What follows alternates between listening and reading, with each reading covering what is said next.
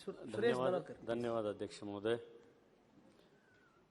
The chartered accountant, the cost and work accountant and company secretaries amendment bill 2021 पे बोलने का मुझे मौका दिया।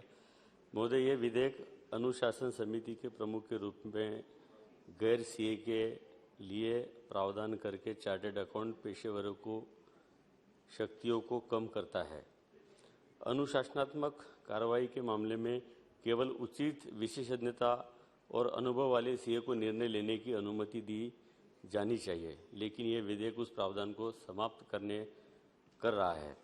नए विधेयक में अदर मिसकंडक्ट की विशिष्ट परिभाषा प्रदान नहीं की गई है, जिसके परिणाम स्वरूप इस अस्पष्ट और खुले शब्दों का दुरुपयोग ICAI institute of chartered account of India द्वारा सोशल मीडिया पोस्ट और अनावश्यक सेंसरशिप में कटौती करने के लिए किया जा सकता है।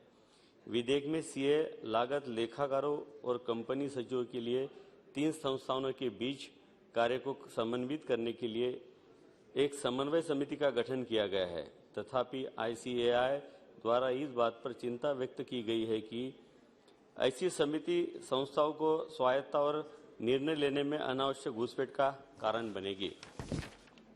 पीएम मोदी जी ने कहा था कि बैंक करप्सी कोड और दिवाला समाधान प्रक्रिया जैसे कानून बनाने में सीए की बड़ी भूमिका है। फिर भी इस मामले की सच्चाई यह है कि इंसॉल्वेंसी एंड बैंकरप्सी कोड, जिसे एक बड़े सुधार के रूप में भी पारित किया गया था, पूरी तरह से विफल हो गया है। अब तक अधिनियम तहत CIRP कारपोरेट दिवाला समाधान प्रक्रिया के लिए संदर्भित 3312 मामलों में से केवल 190 को समाधान द्वारा बंद किया जा सका है।